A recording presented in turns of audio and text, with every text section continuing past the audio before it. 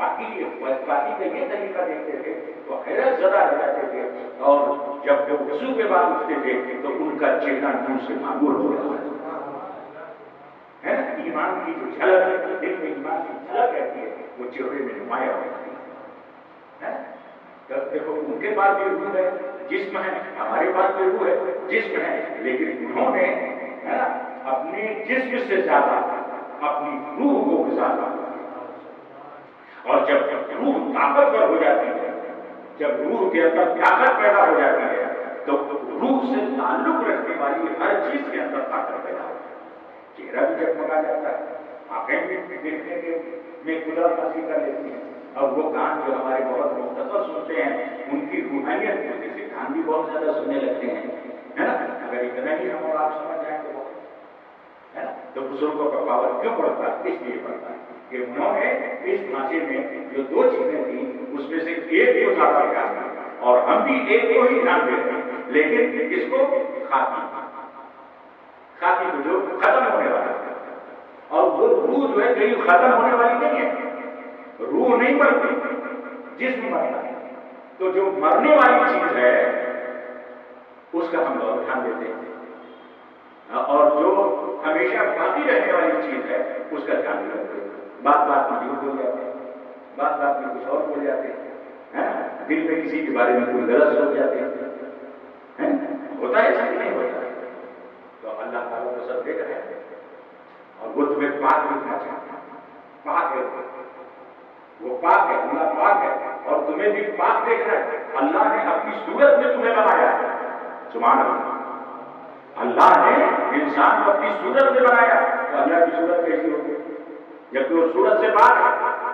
اس کا مطلب علماء فرماتے ہیں، اس لیے فرماتے ہیں کہ اللہ نے سب سے بہتر صورت جو ہونا چاہیے دنیا میں وہ اس صورت میں تمہیں ہوگا، اس لیے اللہ تبارک تعالیٰ کی صفت پاک، اور وہ تمہیں پاک دیکھنا ہے۔ پاک کا مطلب یہ نہیں ہے کہ آپ نماز کے قابل ہو، پاک کا مطلب یہ ہے کہ آپ کا دل بھی پاک ہو، آپ کا دماغ بھی پاک ہو، اور سب ایک دوسرے کے لیے آئینہ ہے نا۔ تبلیغ کا مطلب یہی ہے کیا؟